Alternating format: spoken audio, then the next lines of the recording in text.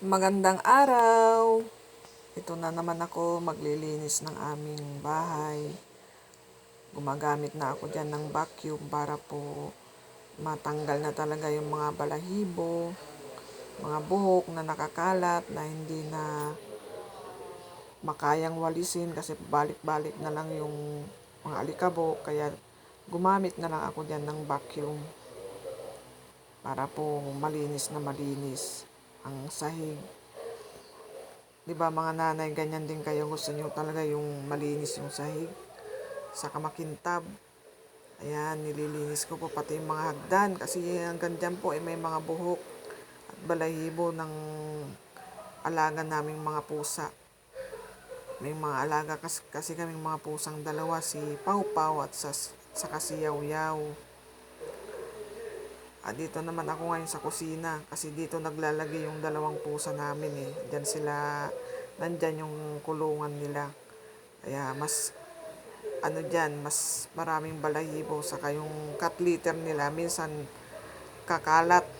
Kaya palagi akong nagwawalis diyan kasi magaspang sa paa. Kaya pansin nyo po hindi po ako nakatsinelas sa loob ng bahay. Gustong gusto ko po yung nakapaa kasi mas ramdam ko yung gaspang ng sahig. Ito naman po sinunod kong linisan ang mga unan sa sopa namin kasi maalikabok na. Kung pansin nyo po, wala po siyang cover kasi hindi pa ho kami nakakapagpagawa ng cover. Ayan si Mister, nagdadala ng mga pinutol na dahon. Ilalagay niya doon sa likod, itatambak niya sa likod para doon po mabulok. Yan, isa-isa ko pong nilinis ang mga unan para matanggal din yung mga alikabok saka yung mga balahibo. Kung pansin nyo po, yung sopa namin ay wala pong cover yan. Nilagyan ko lang po yan ng cover na yung mga sapin na makapal. Yan, dahan-dahan po pagtanggal ng mga balahibo para matanggal ho talaga siya. Bali 3 unan po yan.